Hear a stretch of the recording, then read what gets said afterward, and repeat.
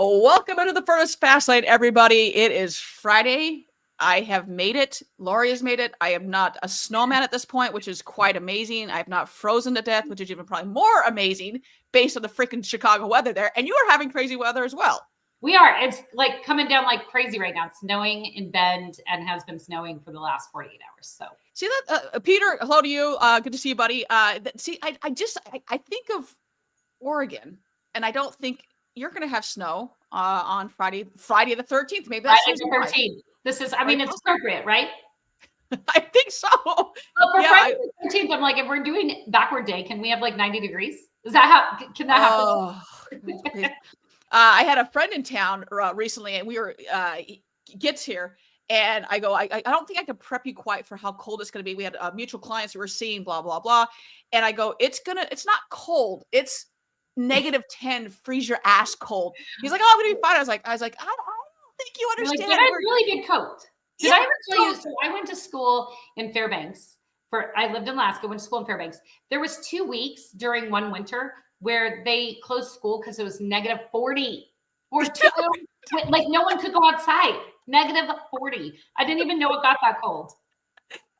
So I was born in Idaho, and we would get -20 like quite a bit.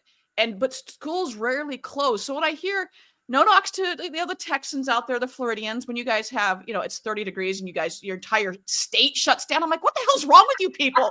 I don't understand this. Like it'd be 30 feet of snow, and they're like, get your ass to school. We don't care. There's no snow days here. Let's go. Alaska did not shut down unless, of course, it was -40. So like, I feel you. I feel you on that. Russell, good to see you. Russell, is that we will 100%. We'll get to shit in a little bit here, but it is Friday. It's we will have some fun because between the two of us, it's going to. Larry, good to see you, buddy. I will. I think for the first time ever, because Larry does this show every Wednesday, and there's a swear jar involved, and so I can't be on the show because hell, I got like the FUC out yesterday. I was like, oh shit, bring that. Oh, I saw it. We didn't bring it back soon enough. Like it definitely came out. It's like maybe nope. The camera didn't die. Of course, the camera died 3 other times, but not this time. Yeah, whatever. Haven't been kicked off the end as far. You can say whatever you want. You can. Yeah, so that's kind of like, I follow other people and they get a swear. So I was like, well, that's kind of. We were joking about it. I was talking to my stepdad yesterday, and he goes, got on something about words, and he goes, well, I know your favorite word. And I was like, Brad, what's that? He goes, oh, it's the F word. I was like, you're not wrong. You're like, you must be so proud. You must be so proud. It's like, oh, I've done my mother proud. She's like looking down. She's like, what the hell's wrong with you? Yeah. No, she's like, go get him, girl. Sweet. Pretty much. Peter, we were dropping. Well, Peter, I think that's the only way, honestly, that I can be on the show, because my swear jar could 100% fund the NASA program. So Russell said, the next show, the swear jar is going to be removed. So please show up next week. I think we should do a whole show on Brooke's naughty mouth. How about that? Like, let's do a whole show on Brooke's. I like this. It's like facts, not feelings. It's just like all these F words that I seem to like. So, it's facts. Very much so. As I literally just spit on the microphone. So yes. So we were talking beforehand. I was like, yeah. So anyone that's on the show knows, like, these live shows, they go off the rails real quickly. It should be the most mindless thing you do all week.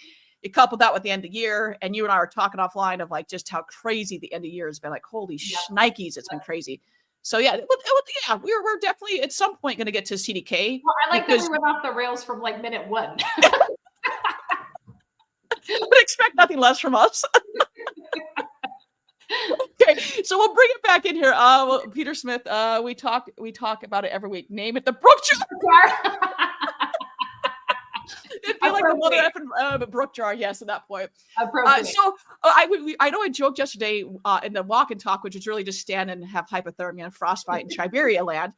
But when you sent over, like, you wanted to talk about the cybersecurity, I was like, hold up, what?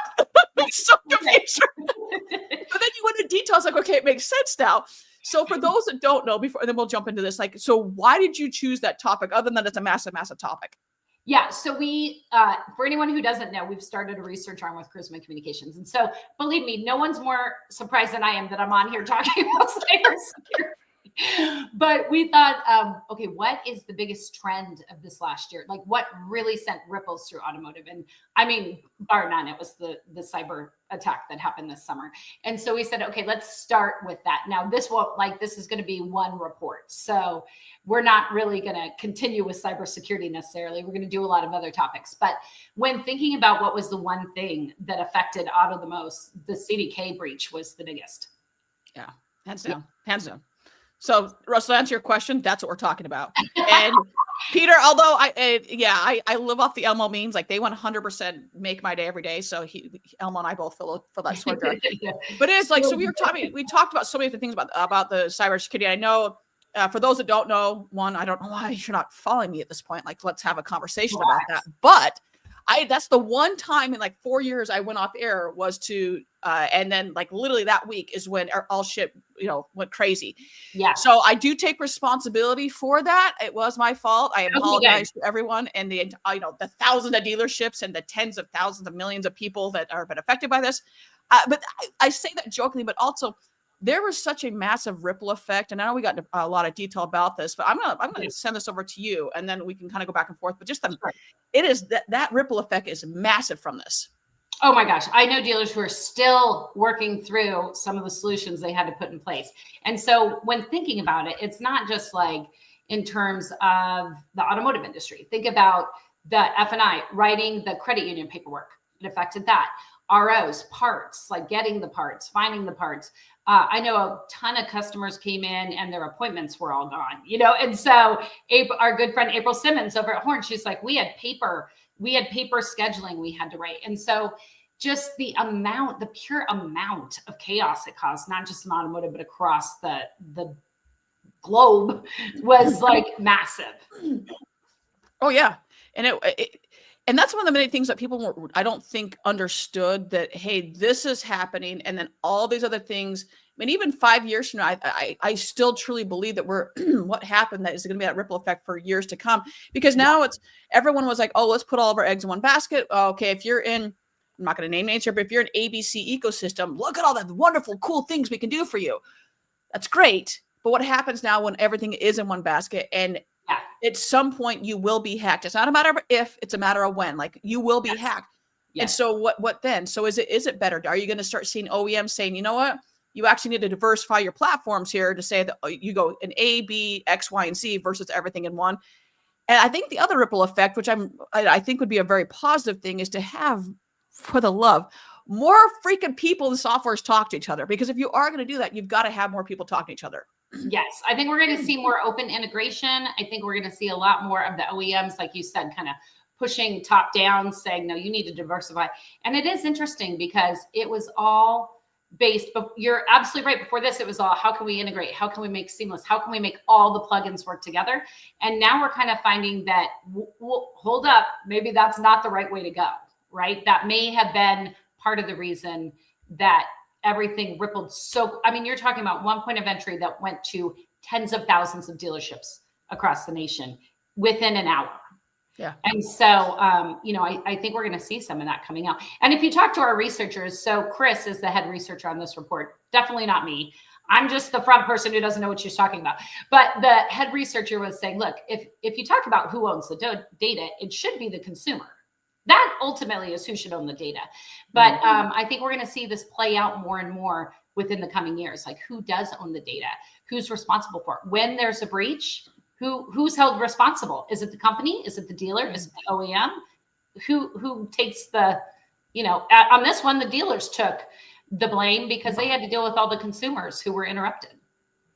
Yeah. And Bill, I saw your comment here. I'm not going to speak one way or another. I've heard what I've heard, and I will leave it at that. But for those who are watching or listening, Bill says, I've heard the intrusion began from a dealer network. ... Dun, dun, dun. So I will not comment just because as we all see, I'm factual based here, and I've heard enough formulate my own opinion on this based in factual things, but I will not go into that one. Jeff, I see your comment here. AutoNation Toyota call centers had to tell callers they were 3 weeks out of service because of manual system entries and orders. Yeah. And then that's another thing is that jokingly, not jokingly, because it's not a funny thing, was if you've been in the industry long enough that I'm gonna date both of us here, that we had the Rolodexes, we had the 3x5 cards, we had all those things. It was not that it was easy, but you'd done it before, so it's almost like riding a bike where I could just get back to like, hey, let's just do paper. Now, at some point, that paper has now got to be entered into a digital format, which that's a whole other situation of time and money that was spent to have to do that. But you did see that transition of, hey, let's just go back to paper. And then having that conversation with the consumer as well, like, hey, this is going on. I know we've lost your trust, and I'm fully aware of that. Here's how we're trying to rebuild it. Here's what we're doing. Like, yes, you're in here. You kind of bought the car, but you really didn't buy the car. So you're going to have to go back in 2 weeks and sign everything again in a digital format. Yeah, truthfully, I mean, they can't have people taking away cars on a manual format. That it all had to be entered. And so, again, some of the dealers we spoke with for the report said it's almost so big, especially in DMS, that it's so painful to move from them that they're going back to CDK again. Like, it's so interesting. It's just such a huge piece. I had one dealer tell us that their employees would leave if they move DMS providers because they just know the DMS so well and they're not willing to switch. So in addition to the data breach, you've got this huge provider that's integrated into every single part of the dealership. And it's really tough to transition out of that. Amen. And we had talked about before, like I know multiple dealerships that willingly choose. I want to be very clear. This is not a forced thing. I willingly choose to have 2 DMSs. I was like, what are you doing? Like, I understand your very flawed logic in this. A lot of that is due to feelings of what you feel, and that's why you're keeping it. It's not based in fact. The fact is it's costing anybody that has 2 DMSs, it is costing you an exorbitant amount of money. Yes. And there's so much integration that's not a lack of integration. That being said is like, well, okay, but why? But they've also been said, hey, if we cannot go away. Well, you can. You're choosing not to because of a fear of blah, blah, blah, blah, whatever that may be. Yeah. I mean, I've heard about every excuse under the sun. Yeah.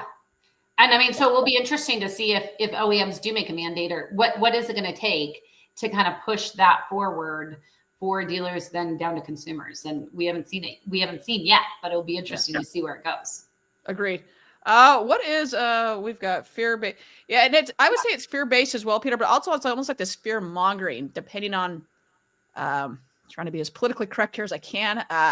There's just certain things I hear these fears. I'm like, what? It's not even a logical thing. Like if that's the case, why do you own a business? Like, okay, but that's a whole other episode itself. So what was one of the other takeaways? We've covered like 3 things right there, but what was one? Yeah, I think one thing that came out that was so fascinating is among the vendor. Okay, so I think the superstars, right? Dealers were the superstars because they were handling the front line. Vendors came through big time. Tech vendors created workarounds, created new software that they put into place for the workaround. And so I think one of the other things that came out of the research is what's it going to take to open this up among the tech vendors to say, okay, when this happens, can we share resources? Did you create a workaround that we can all share? And I think I would love to see more integration between the tech vendors on fixes like this. Now, I don't know if they're willing to work together, but if some were, I think we'd be so much further. Their companies would be so much further ahead if this is to occur again. And to your point, automotive is ripe for this happening again because you've got tens of thousands of dealerships with hundreds of employees, and all it takes is one person to click on a wrong link to open up the entire system. So automotive is one of the weakest industries right now in terms of security and being hit. And quite honestly, dealers haven't worried about it too much because it hasn't been a profit center. And I think this showed that some of this stuff you really do need to spend money on, even if it's not bringing in money into your dealership. Yeah, there's a lot to unpack there. I'd given the provided example when we were talking on the show, which if you haven't watched or listened to it, what are you doing? Go check it out. Exactly. Is that my background before I got in automotive was in the medical field. And so I was an athletic trainer. For those who don't know what an athletic trainer is, that person, if you follow sports, the person that runs on the field when someone's first injured, that's what I was. Like, I'd go, yeah, that's what I did for a very, very long time. And it was so key that we practiced at nauseum the worst case scenario of what would happen. Well, every time you change arenas, you change ballparks, you change stadiums, that's going to change. So then working with the EMS, working with everybody and knowing what it is. So God forbid something does happen, you're ready to go. But there's no way that I was going to learn all of that in 2 days. Like that was just not going to happen. So you do so much prep beforehand. And we say that as we were talking on the show, is that just take a little bit. Hey, what if this happens? Okay, so do we have versus what we're stroking a check to say, oh, if someone clicks on a bad link and we do phishing campaigns, they go into phishing campaign, blah, blah, blah, blah. Are you really following up with that? Or is it just everyone knows that it's fine, don't worry about it. No one's ever actually going to pay attention to that. So what are you doing? You don't have to have this multi-billion-dollar security system to do this. You just start small and then work your way up. Yeah. And Chris, our lead researcher, was like, the best time to figure out where you have worries about a breach is right after it happened. So everyone knows right now where their weaknesses are after this occurred. Note those down and put plan Bs in place for it. To your point, it doesn't have to be a super expensive cybersecurity firm, although they should be getting those. But if you don't want to, I agree. if you don't want those, it can be as easy as just put your plan Bs together. So, amen. Yeah. Bill, I'm going to, on a Friday, try to get through your comment here. as I'm trying to look over here, I'm like, and my face is now covered by the comment here. I'm not attacking dealerships. Well, first off, Bill, you are a very tactful person. So you're not, bud. With that said, the dealer networks are ripe for intrusion. The vendor vulnerability is real due to vulnerability of dealer networks. The cloud is not going to stop the vulnerability. It's not fear mongering. The threat of malicious code increases by 500,000 new strings per day. Thank you, AI. And I'm actually going to kick this over to you. So I think you were working with Chris, and they were showing you like the map of like all the points of entries of like how they could screw someone over. Totally. That was actually, Bill's working with a client called Ridgeback. And they said, here, let's just give you an example. So they pulled a real live dealership, and they said the red is all the different points where they're vulnerable. The screen lit up and red. It was like a fireworks show. And this was a live dealership. And so I don't think dealers understand all the different pinpoints that people can come in. And this, I should have gotten you the screenshot. I mean, it was just crazy to see how many points someone could come in and be malicious. Well, it's like, I mean, you have these, at this point, multi-billion-dollar, probably trillion-dollar companies. Well, that's Apple, Amazon. I think even Tesla did one, which Tesla, that's a whole other thing if they get hacked quite a bit. But it is to see like what happens. Like, hey, we're going to pay someone X amount of hundreds of thousands of dollars, $1 million to see if you can hack our system. And it's not to say, I mean, because they understand that everything is hackable. And I've said this, I think I actually stole this from Tom Klein. If the Pentagon can be hacked and they have been hacked, you will get hacked. And our industry and such, I mean, I think it was last year, the year before, I was doing a video almost every couple weeks about some new OEM that had been hacked, or an OEM that was just hacked, got hacked again. I mean, so it's just a matter of time. It doesn't, you are going to get hacked. And what are you going to do? And the other, I think as you talked about the vendors coming together, is when it does happen, one of the many downsides of what happened was watching people just cannibalize CDK. Whether you like them, you don't like them, you hate them, love them, it's going to happen to you at some point. And if I'm at CDK, I'm going to remember what you said about me and what you did to me, versus those that like stepped up like, hey, how can we find that workaround? How can we do this? And, once again, take your feelings out of it, because it's learned from that mistake of like, hey, maybe we should bolster this, or maybe we should do insert whatever at this point. So that was another one. I'll tell you, along those points, it's interesting. We own a PR firm. So one of my clients, I reach out to all the clients to say, do you want to speak to the CDK? Like, are you doing anything around it?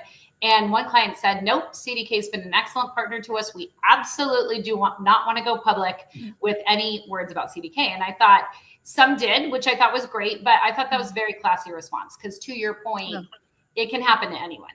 It just happened to one of the biggest providers of DMS and data. Just minor detail. Small little company in the space that really doesn't have any influence. Bill, I got you here saying, thank you, Laurie, not to be self-serving here. The example you saw is the norm in automotive, not to create fear, to create awareness. And Bill, to your point, like, and I've seen this as well. And it's not just our industry. Our industry is I love this industry very much. We are a little bit behind the time, to say the least. And so that's a portion of it as well. There's not, as you said, a profit center. Jeff is saying there's an adage for the personal growth. You should do one thing each day that scares you. I'd say 90% of dealers employees check the box when that new kick. Oh, 100%. And I joked about this, that after the whole, hey, everyone's going to focus on GLBA. And I had dealers 6 months later saying, so we could just cancel our contract. I was like, no, like do whatever you want, but that's not that's not, you can't just stroke a check and have this stuff go away.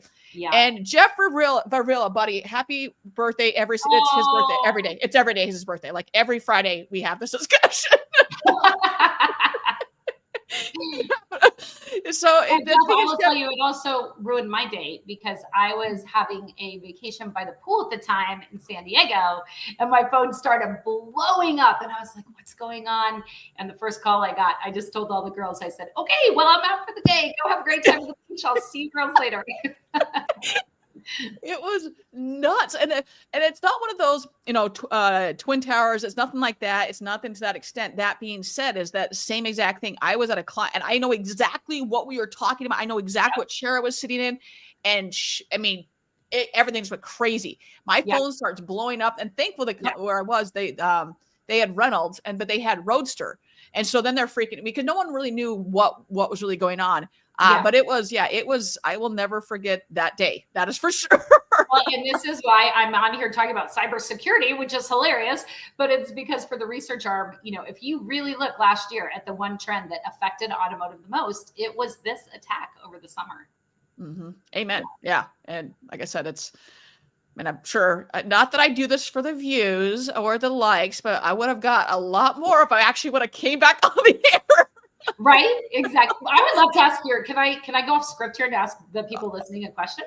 Yeah, always. Okay. I'd love to hear what people want to hear about next for research. So we're starting to look into our next research topics. OEM certification is a big one that we've heard, but if anyone wants to chime in on I would love to hear a report on X. I would love to know.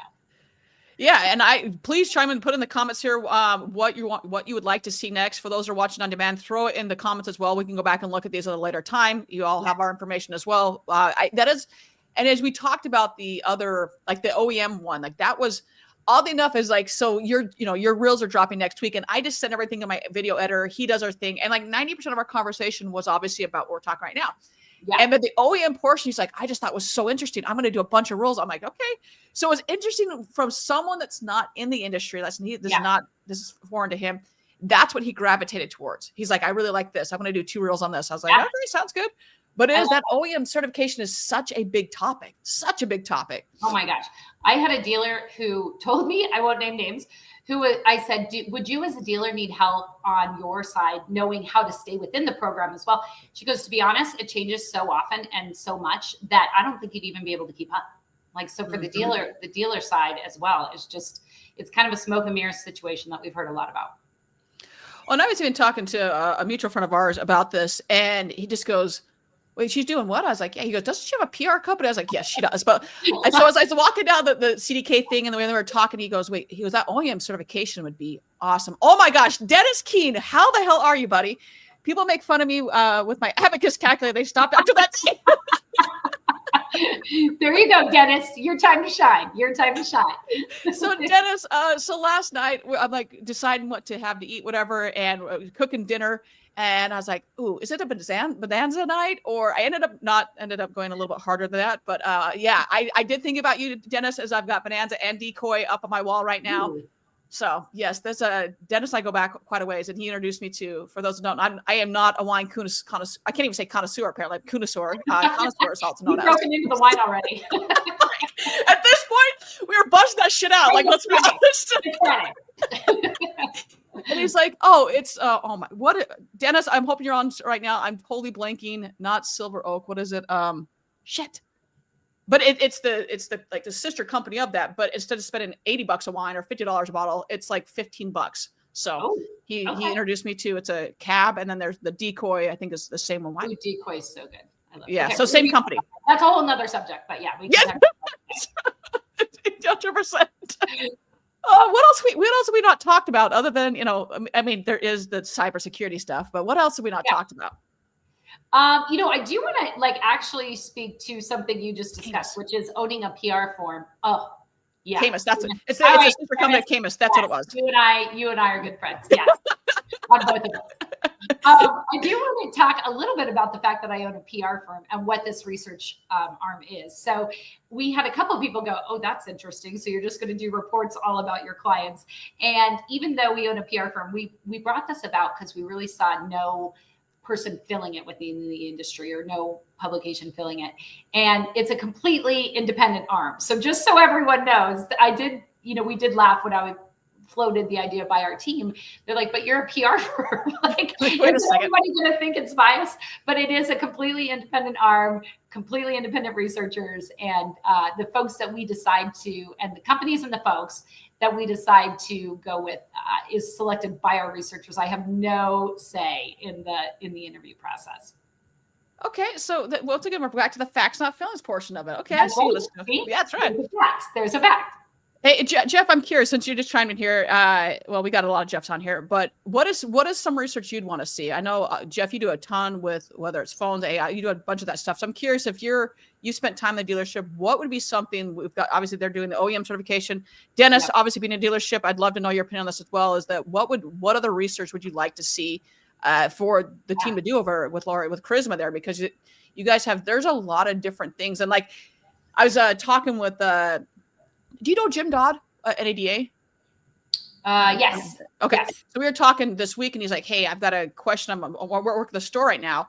And it was back when I was in the dealership. I was just shocked that there wasn't and I didn't have as far as reach as I have now, but I still had a pretty far reach. I was like, okay, does anybody have like an onboarding of like what happens when you bring a vendor on board or an employee or what happens when they get terminated?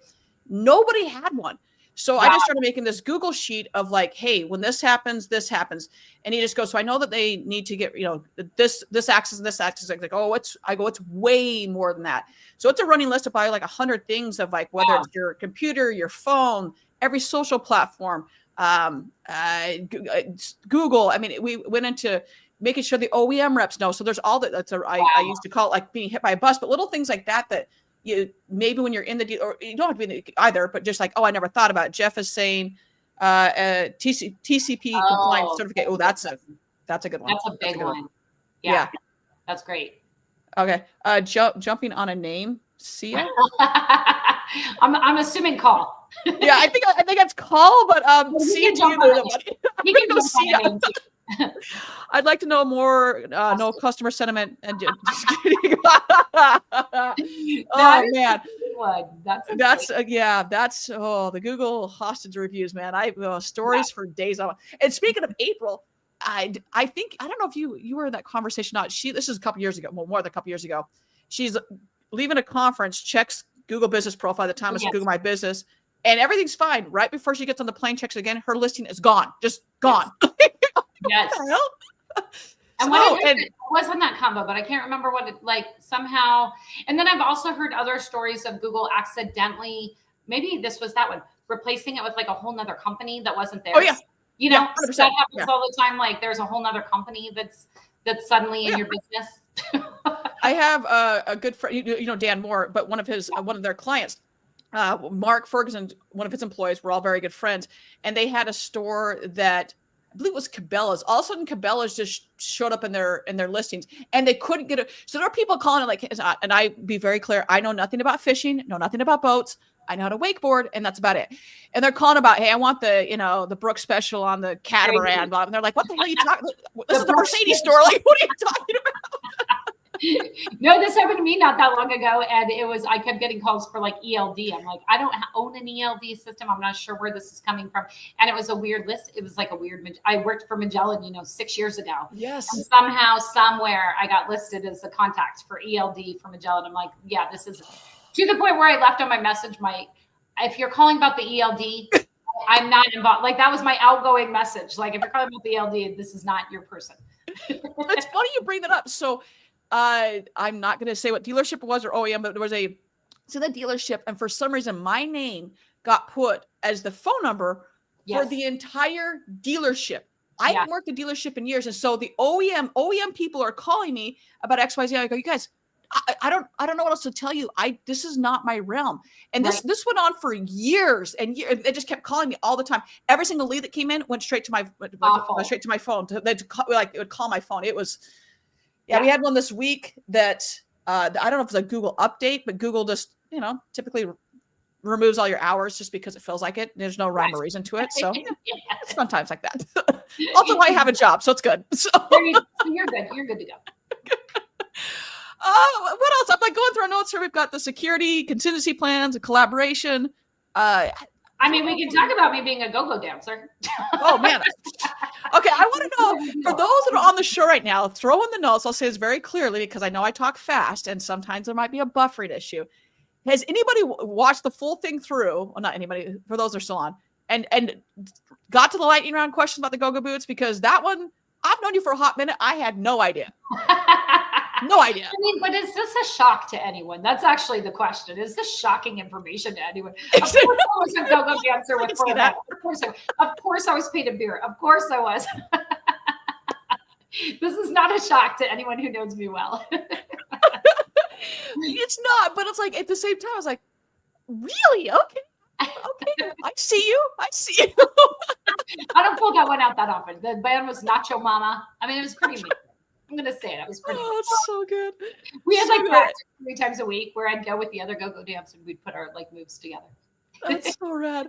Well, it's like, and that's why I always love asking the questions. I've changed them throughout the time doing this because it kind of I'd get a lot of the same answers on certain things. And that one is just always, it is a potpourri of answers. Like Big Al was like, I found out that Big Al is like this freaking genius when it comes to Rubik's Cubes. He can solve Rubik's Cubes.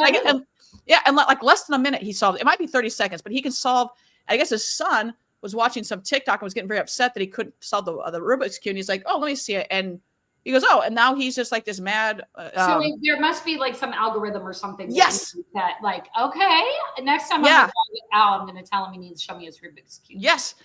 Mike from Full Path used to play minor league baseball. And then it was actually had like a whole reality show so if you Google his name, I can't remember the name of the baseball team. He was like the spokesperson for this TV series that like did incredibly well. I was like, what the hell? That's the crazy. Random stuff. Yeah. So you need to do a show where it's all those stitched together and you're like the things you didn't know about people in automotive. Peter, well, we'll see you in New Orleans too, buddy, as well. Hi, Peter. Yeah, no, I really should. Like it's there's been some fun answers. I just was interviewing some this week, and I honestly don't. I actually interviewed like 3 people this week, so I can't remember what the answer was. But I go, what? Seriously? Like I would have never thought that. Yeah, I love that. And I love that they pull out and they're being honest about it. It's like they're giving you all the goods. Yeah.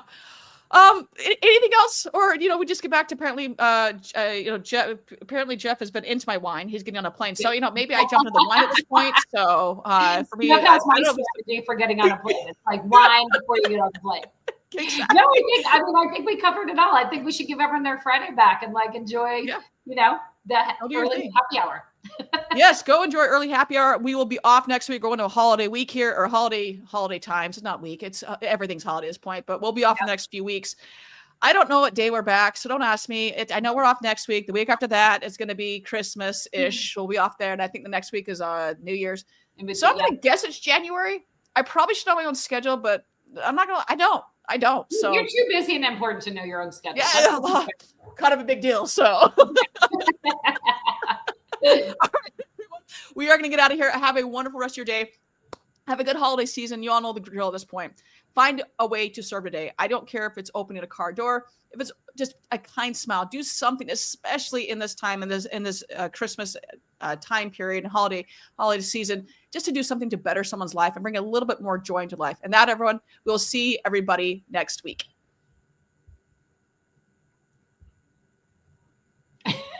That's not ending. Well, I was going to see you all next week, but